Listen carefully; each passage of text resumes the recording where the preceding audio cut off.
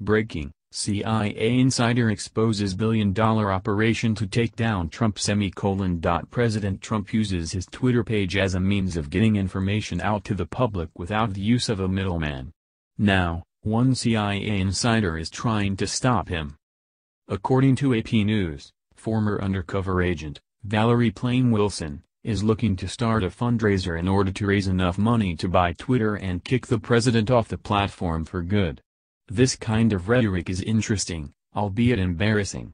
The crowdfunding campaign was launched last week. When Wilson made the announcement, she took to Twitter to say, "If Twitter executives won't shut down Trump's violence and hate, then it's up to us. #buy Twitter #ban Trump." The fundraiser states that Trump's tweets are damaging to the United States and allegedly put people in harm's way. Up until this point, she has shown no evidence as to what harm she is speaking of, or how Trump's tweets show violence and hate.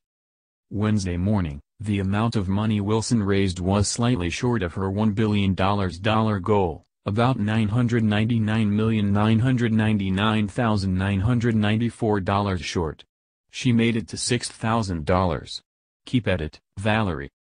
The White House press secretary, Sarah Huckabee Sanders, sent an email to explain her take on this situation. Her view is that the fundraising numbers are so low because Americans enjoy having this kind of close insight into what President Trump is thinking and doing. In the statement, Sanders states that, her ridiculous attempt to shut down his First Amendment is the only clear violation and expression of hate and intolerance in this equation. Sanders raised a valid point in her statement. President Trump has never expressed hate or intolerance against anyone. He has displayed frustration, however. But that's normal. If you were talked down to by the mainstream media and people like Wilson, you would find yourself frustrated, too. Our president has to deal with a lot more than previous presidents. Yet, here is Wilson, showing blatant hate and intolerance of someone who thinks differently than she does. She is the very monster she claims to hate so much. Interestingly enough, the $1 billion that Wilson hopes to obtain is not even enough money for a majority stock of Twitter. In order to get a majority stake, she would need around $6 billion.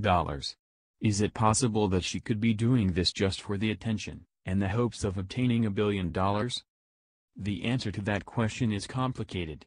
With $1 billion, she could buy a large stake, and would be the largest shareholder in the company, but that would not allow her to make any executive decisions.